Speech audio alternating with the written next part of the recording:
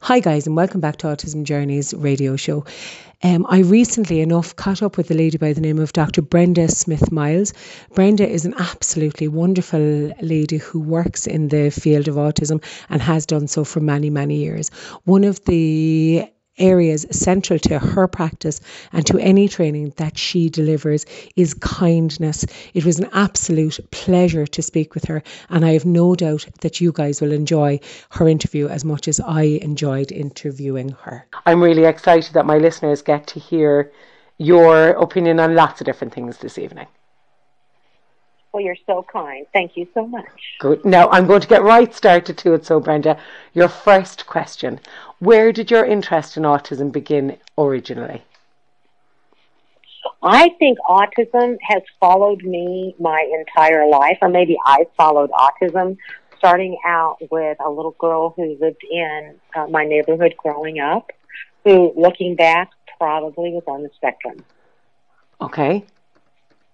And yes, and then my very first student teaching experience in a university, I had asked not to be placed with children with behavior challenges. Okay. And they placed me in a classroom of children who had autism. So, of course, I learned about challenges. Okay. So you were thrown right in there at the deep end to begin with. Oh my gosh, and my first day of my student teaching experience, a child asked me to draw a dinosaur, and I was so naive and thought, oh, this is no big deal. And of course, it was, because I couldn't draw the right dinosaur, and I ended up chasing that child down the hallway of school, and from that moment, it was just like I was hooked. Cool. Brenda, I'm going to ask you, I suppose, can you first of all explain the concept of critical mass to my listeners? Well, critical mass means that an individual has had enough practice with a skill that they can take the knowledge that they have learned to mold it in any way that they wish. Fantastic. And they can use that knowledge in ways they haven't used it before. Fabulous. So would you liken that to having the skill sets and to be equipped to generalize your skill sets across all settings? To me, it's almost like generalization plus. Great. Because you can take the information and mold it in ways that really takes the information beyond itself, if you will. Okay. So, for example, once you learn that there's such a thing as problems, and you know that when you confront any problem in the world, you can solve it, you have reached critical mass in problem solving. Fabulous. How do we, Brenda, as educators and as parents, help support our autistic young people to realise this level of critical mass so that they become independent, autonomous beings? Well, there is a science out there called deliberate practice. Yeah. And this science has been researched with tens of thousands of high-achieving individuals, Olympian stars, athletes across genres, classical musicians. And what researchers have found is that there are 4 elements of instruction that, if you will attend to these 4 elements, our individuals with autism, and indeed any individual, will learn the critical mass. And just briefly, the elements are developing specific goals, developing the type of goals that match the neurology of the learner. Next is ensuring focus, making sure that the individual is focused on the right thing, the thing that you're providing instruction on. The next step is assisting the learner to move out of the comfort zone. Okay. Because what we know is that individuals only learn when they're outside their comfort zone. And then finally, communicating outcomes. Now, with these 4 elements matched to the autistic neurology, our students can obtain critical mass. And I don't know if you know, but I've written a book on critical mass with autism, outlining how each one of these elements can be taken and shaped to the autistic neurology. Fabulous. We need to, with our research, start looking at how people learn, because autistic people are people. Absolutely. And we know a lot about how people learn. And if we take that and mold that to the autism, those are the strategies that our folks need. Great. Great. Tell me, Brenda, how then can we as parents ensure that every person working with our child, be it a special needs assistant, a resource teacher, class teacher, SLT or OT, how do we ensure that everyone is on the same page in terms of working with our child to ensure that critical mass is achieved? Okay. There are so many ways to do this, but I'll talk about one simple way, and that is making sure that supports are implemented throughout the child's day consistently. One of the things that we know is that, we've created a legal document that allows us to know what our students need to learn and the supports and accommodations that they need.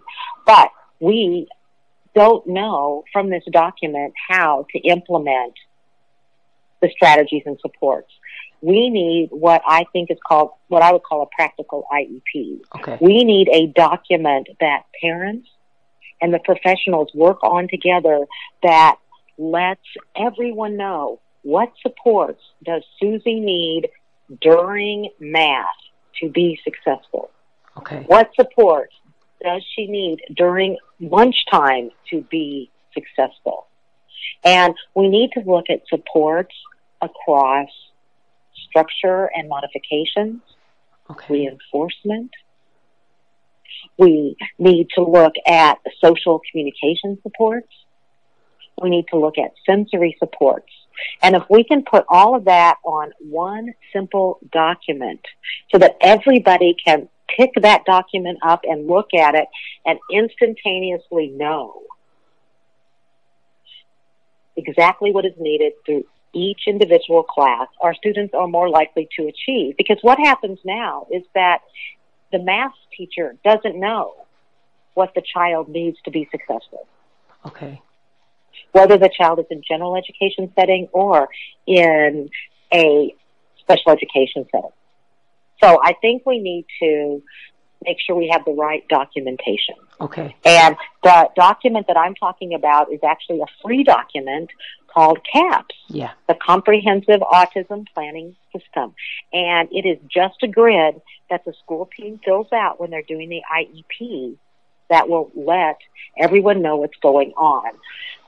The reason I think that this is important is because when our students transition from grades 4 to grades 5 or grade 7 to grade 8, each year's teacher starts over, getting to know the student, not benefiting from any of the information from past teachers.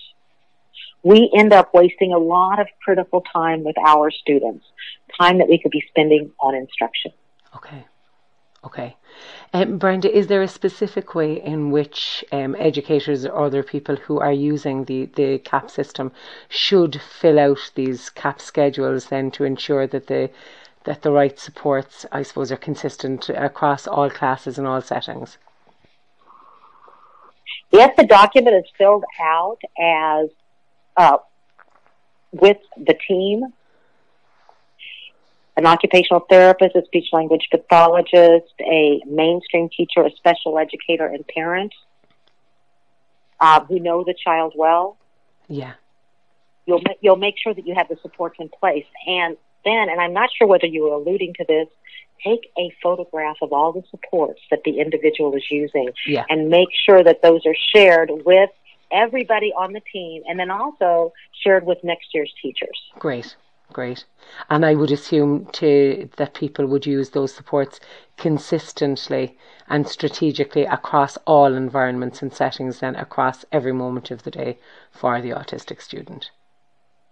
Absolutely. And I like to, when the student is able to let him have his own taps, and so that when he needs supports, he can look to see what those supports are and get them for himself, because that's the beginning of self-advocacy.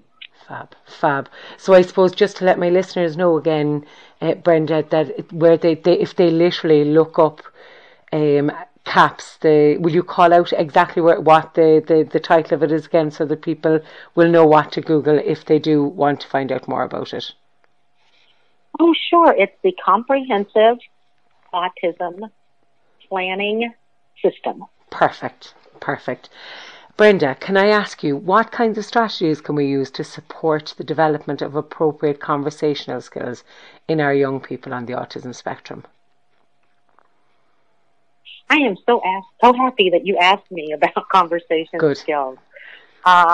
Because conversation skills, as you know, is the best predictor of employment, independent living, social relationships, and high quality of life. Yeah. There's actually a really nice curriculum that I like, developed by a clinician whose name is Carrie Mattia, and it's called Talk With Me. And Carrie has been using this curriculum to teach autistic students for about 15 years. And what this curriculum does is it very simply breaks down conversations so that, first of all, our students learn to identify what the topic is. Great. Because many of our students don't understand that. And then it teaches how to participate in a conversation by making comments, asking questions, telling stories, and then bridging topics. Yeah. I have had the pleasure of seeing Carrie teach this curriculum. I've seen the outcome of her students, and our students with autism who've gone through this curriculum are able to hold meaningful conversations with their peers. Fantastic. And do you find, Brenda, that as our children get older, then do you find that these skills continue to develop as they get older, and as that conversation becomes more complex, that because they've got those baseline conversational skills, that the level of skill attainment and, I suppose, and progress is consistent?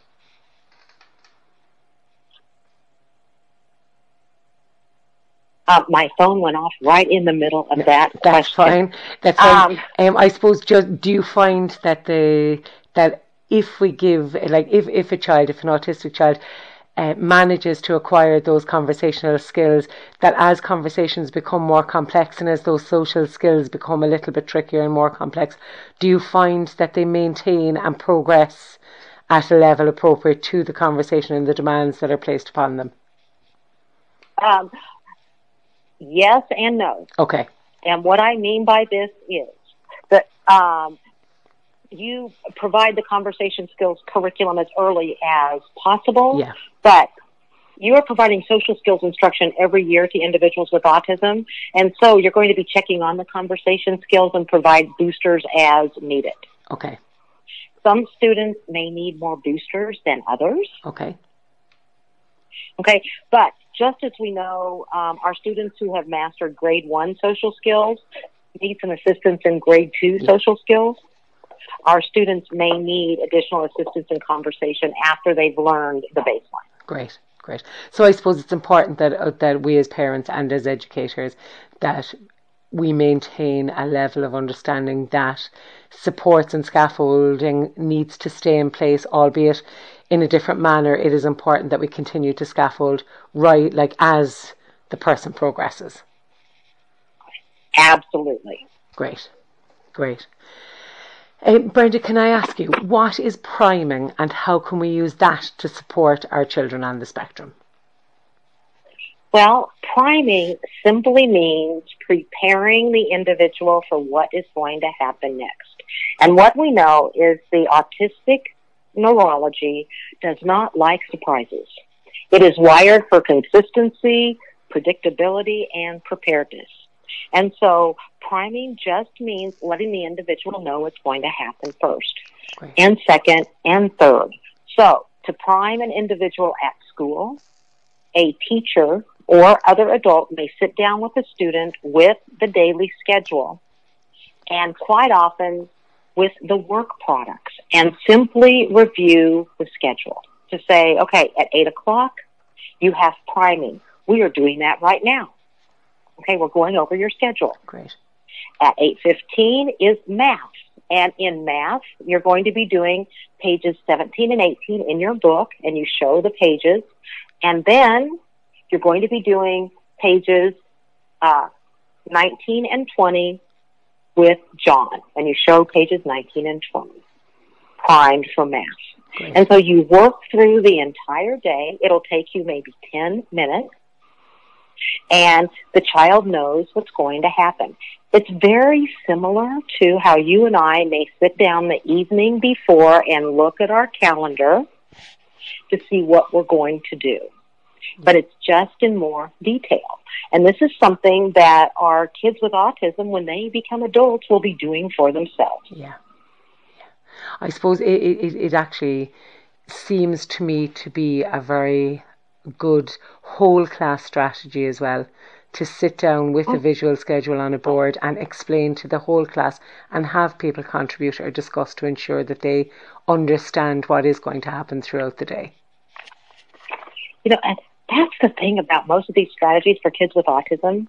They help every child and make their life a little better, but for our kids, they're absolutely essential. Yeah, absolutely. Absolutely. Brenda, on a different note, neural noise. I know you mentioned it to me when I mentioned it when I heard you speak back in May in the Middletown conference for autism. What is neural noise, and how does this concept differ in autistic people and neurotypically developing individuals? Okay. Neural noise is a really interesting concept, and basically, you know, sometimes when you and I need to learn or concentrate on something, we may find ourselves chewing on our pen or doodling or maybe like swinging our leg back and forth. And some of those movements really end up helping us learn. Some people, for example, if they're engaging in brainstorming, may actually, you know, be pacing around. Yeah. Well, research shows that individuals with autism don't create their own neural noise automatically. Okay. So it's like many of them are missing that kind of extra boost to help them pay attention. And sometimes if folks engage in something, an activity that may be helping them with neural noise, we stop them from doing it. Yeah. Like while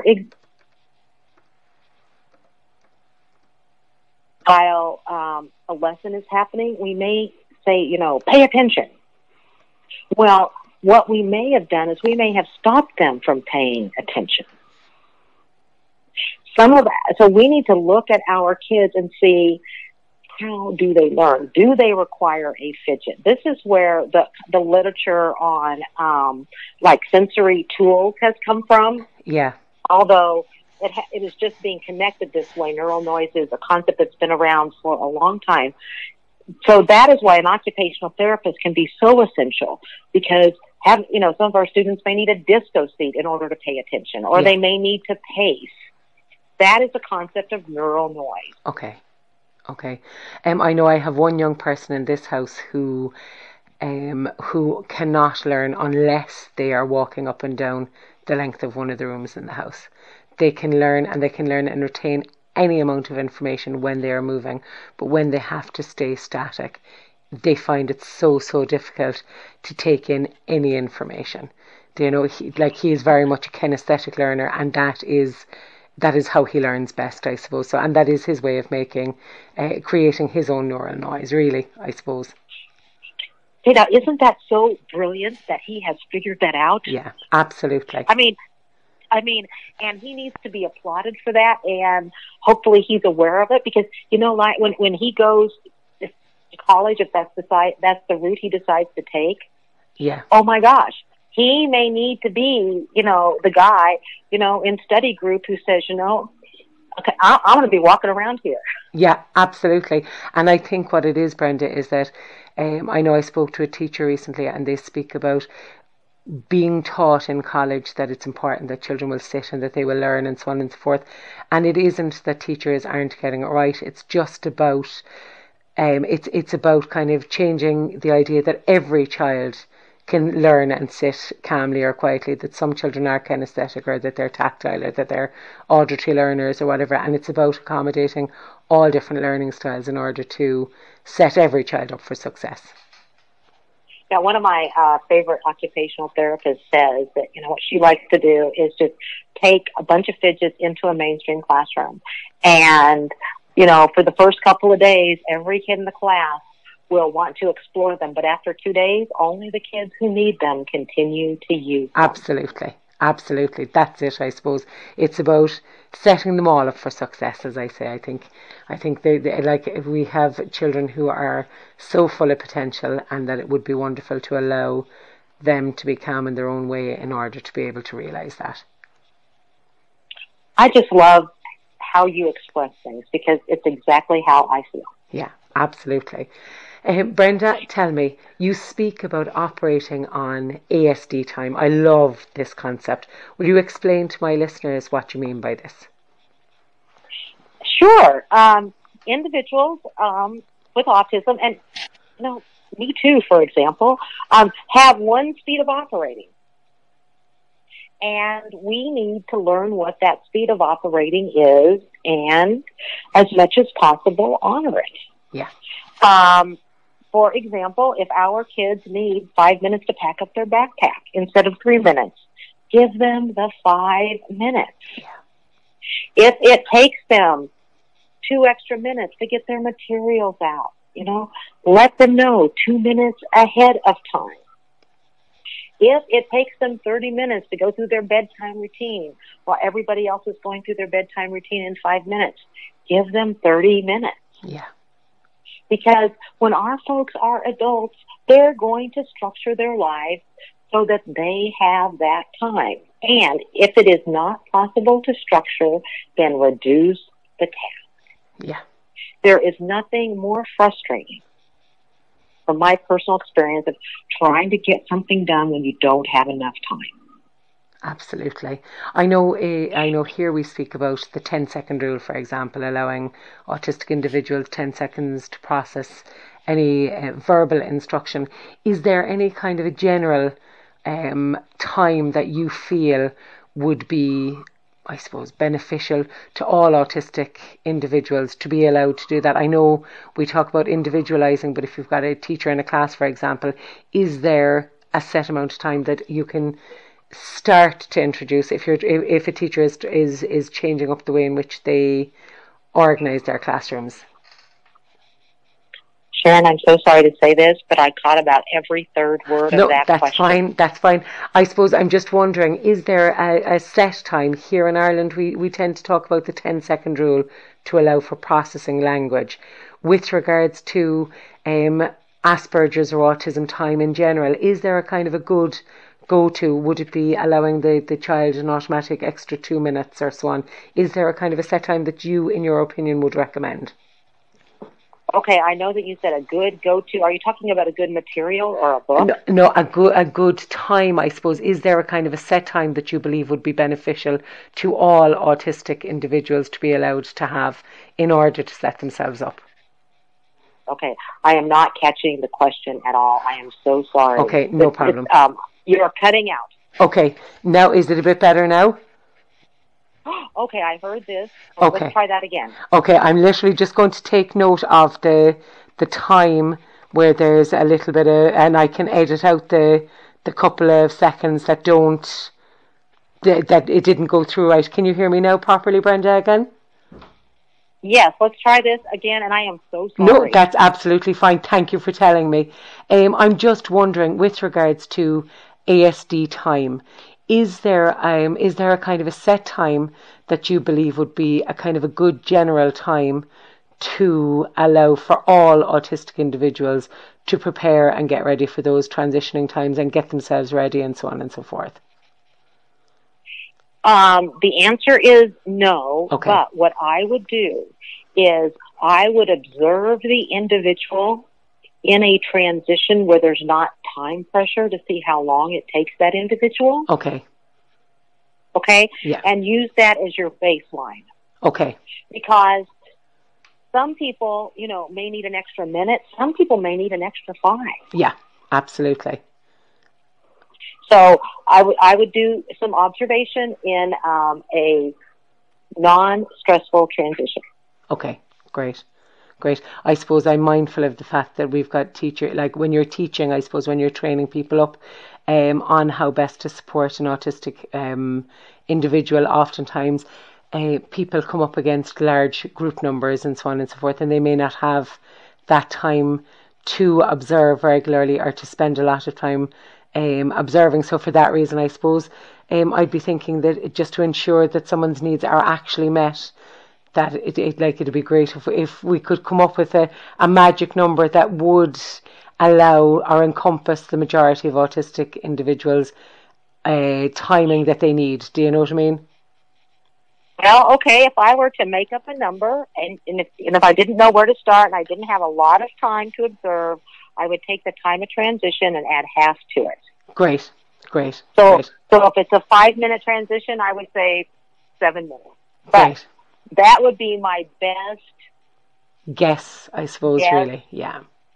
And then I would tweak from there, up or down. Yeah, I suppose this is it. I suppose it's about best practice. Really, it's about individualizing, and it's about looking at the person individually, looking at where their exact needs. But I suppose if you've got somebody who's shifting their mindset and shifting towards that individualizing, it's a great first step to be able to say, okay, transition time plus half is my initial go-to while I'm working out what this child needs best. Yeah, I think that's excellent. And transitions are so complex. Oh, I know. I mean, and we don't think about it. I'm actually writing a book right now on how to teach transitions with a couple of my colleagues, because we spend so much of our life transitioning, and yet we don't know what the elements of transition are. So, when can we hope to see that exactly? 9 months. 9 months time. Yeah, 6 to 9 months. Perfect. I would really appreciate it if you would let me know when it does come out, so that I can let my listeners know when it's out and where to get it and so on.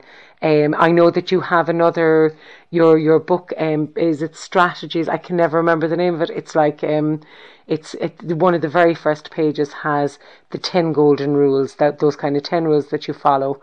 Do you know that book? I can't think of the name of it now. It eludes me at the moment. Is it Simple Strategies? That works? That book, anybody that I meet, I actually show them that book and tell them that this is one of the best go-to books that I have come across.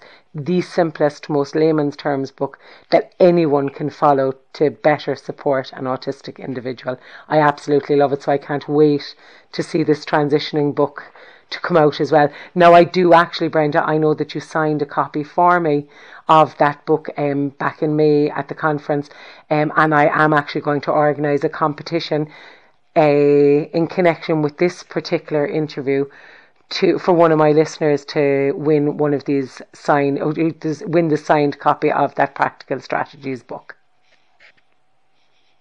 That is so very lovely. So it's like someone else will benefit from your words of wisdom. Brenda, can I ask you, do you think that the attitude in the education system towards autism and supporting autistic individuals has changed for the better in the time that you've worked in the sector? And are there any areas that you kind of believe we still need to change or tweak a bit? I lost a bit of the question, but what I think that you said is our attitudes toward autism better? Yeah, absolutely. In the education system, I suppose, amongst other areas of society. I think that attitudes in general are better, but I think we have a long way to go. And I think that if we would stop or lessen the pressure on educational professionals to only teach academics and let teachers teach the skills that they know that their students need beyond academics, such as self-regulation skills and social skills, that we would see even more, a greater embrace of individuals with autism and those with other learning differences. I think we see a lot of the frustration because we can't teach the skills that our kids need to be successful. Yeah, absolutely. And that has to change. Absolutely. I think that, again, coming back to the setting a child up for success, academia isn't for everybody. And if we could teach those life skills, those social skills, those practical skills on a daily basis to ensure a child can live independently and can live a very happy life, that is where their needs lie, really, and ultimately, regardless of whether or not they have successful exams and so on and so forth. Well, and all students with autism need assistance with social skills, communication skills, self-regulation skills, and daily living skills. Yeah, absolutely. And the majority of neurotypical students do also. Yeah. So why aren't we teaching the most important skills? I mean, algebra is not, life-changing for most people, but being able to manage your behavior is. Yeah, absolutely. I know that I spoke to a Dr. Lenny Thornton, based in Chester in the UK, and he spoke about mental well-being and those children or those young autistic adults who are most content and most well in their mental well-being are those who have been taught independent skills. Oh, absolutely. And you know what? It's the same for neurotypical people. Yeah. I mean, and why are we not doing this? Because we know it. There's no excuse. Yeah, absolutely. Brenda, can I ask you, how can we incorporate our children's special interest areas into management and planning while ensuring these areas don't overtake? Well, I like to incorporate them. If you're going to do any kind of management system, if there's any kind of reinforcer that is in place, I love to incorporate the special interest. If there's anything academically that students need to do project-wise, I am all for all students doing projects or writing assignments on a topic that they like best, whether they have autism or not. Yeah. I think that if students are learning to read, let them read books on their special interests because they will learn to read more quickly. I just think that for all of us, we all learn better when we're reading or interacting with something that we like. Yeah. And I think people with autism have kind of just pointed that out to us. No, I think you're absolutely right. It's the way in which I suppose we motivate. It's such a great way in which to motivate our children in general to learn, and to maintain their interest, really.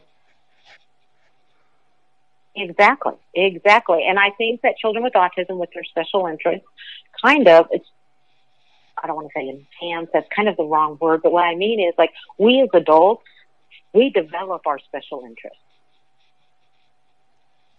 And so, we have adults who like to knit or crochet or do bird watching. Yeah. And they do that as adults. Well, students with autism start that a little bit earlier. Absolutely. I love that analogy. Perfect. So let's take that. Let's nurture it. Great. Brenda, you'll be glad to know there's only 4 questions left. I said, I think when you have so many questions, oftentimes people are going, oh my God, is she ever going to get to the end of the list? Brenda, can I ask you, I know you're involved with a number of different autism-focused organisations. Can you briefly explain to my listeners who these organisations are and what their goal is? Yeah, there's one organization that I'm involved with that I really like. It's called the Organization for Autism Research. Okay. And it's here in the United States, and it is the only organization that solely funds applied research. Okay. And so they will only fund grants that have direct benefits for autistic people today. Fantastic. Fantastic. Yes. Oh, just a lovely, lovely organization. I also like the Ziggurat Group. The Ziggurat Group is an educational assessment and instructional group that probably do the best assessments that I have ever seen. They do a transdisciplinary assessment and transdisciplinary assessment training, and then they teach you to build educational programs that are compatible with the child's autism. So those are two organizations that I hold in the highest regard. Fantastic. I think we could do a couple of those organisations here. I'll be researching those further. Brenda, I think my favourite thing from the Middletown Centre for Autism's conference back in May that I heard you speak about was kindness. You spoke so passionately about it. You spoke about showing kindness across every aspect of every day, to not only our autistic children, but to everybody. Will you tell my listeners a little bit about your theory on kindness, please? You know, I just think the world would be a little bit better if we were kind to each other. Excuse me. And, you know, we are learning so much knowledge every day, and it is impossible to keep up with everything. So we may not know all of the right strategies at all the right times. Excuse me for coughing.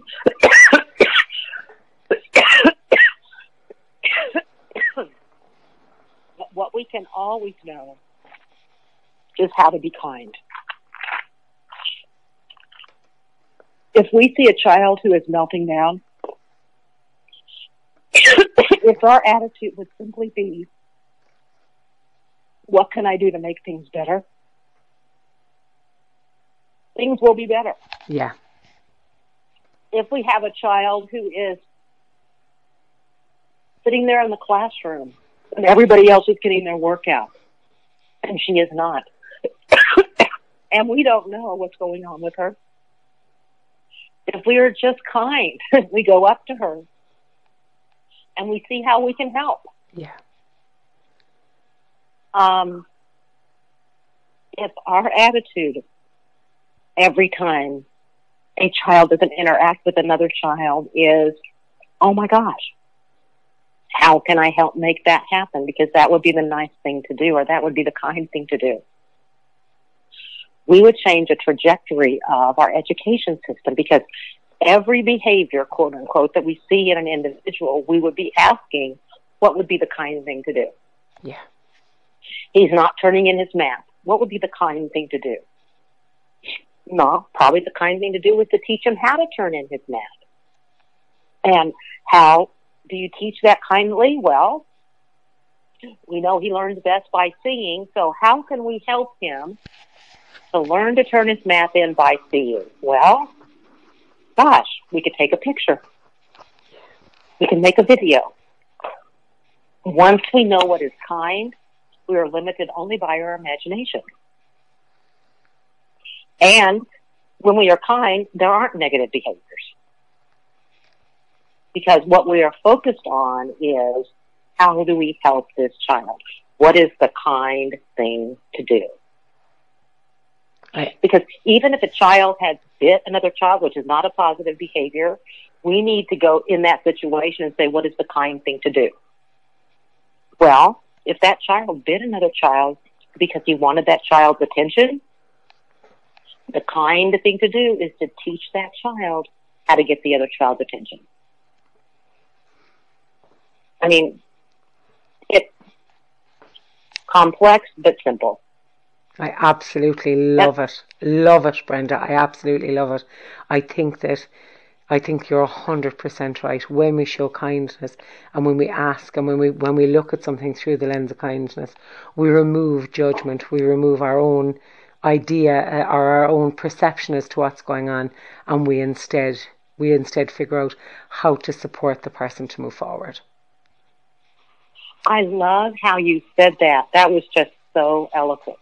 No, I just love it. It is my favourite concept so far, and I'm a mammy for a long, long time now. Brenda, you'll be glad to know there's only 2 questions left now. First one is, any talks planned for the near future that my listeners might be able to watch or to attend? I'm going to be coming next year to the National Autistic Society Conference. Fantastic. I am so thrilled. And excuse me, I'm going to cough one more time. No, you're okay. Oh, so sorry. And we are trying to get something set up around that time in Scotland. Oh, wow. Yeah. It would be so great to come back to Ireland sometime. I just had the people there were absolutely phenomenal. The strategies that they were talking about using at home and in school with their kids, the general excitement, the positivity surrounding autism, it was just amazing. Good. I'm actually very excited, Brenda, to think that you're coming back over even to England, to the National Autistic Society next year, and to Scotland, because I think that they're manageable for European listeners. Like it's easier to get to England than what it is to get to the States, so they might be more accessible. So I'm delighted that you're coming over, definitely. I reckon that myself and my son might travel over to hear you speak again, definitely, as well. Brenda, last question for you. Do you have any one piece of advice that you would give to an individual going through, or an autistic individual, or an individual supporting somebody through their autism diagnosis and through their own autism journey? To a person supporting an individual with autism, I would say that the potential of the individual with autism that you are supporting is limitless. Yeah. And that potential is dependent on you. So if you do what needs to be done and you teach the right skills, the individual will make progress. But if you don't, the individual won't. Okay. That may seem a little bit harsh. And of course, the individual with autism will learn on his own. But the potential of individuals with autism depends on what we do. Yeah. And that is such an awesome responsibility. For the individual with autism, I would say, no doubt, up to this point in time, you have been extremely strong and very brave. Continue your journey. Sometimes the world can seem a little scary. Sometimes you may be afraid or anxious. We all are. Find one person you can depend on. Because when we have one person in our lives that we can rely on, things always are a little bit better. Beautiful. Brenda, thank you so much. I've enjoyed this so much, Sharon. I really, seriously, thank you for allowing me to talk with you.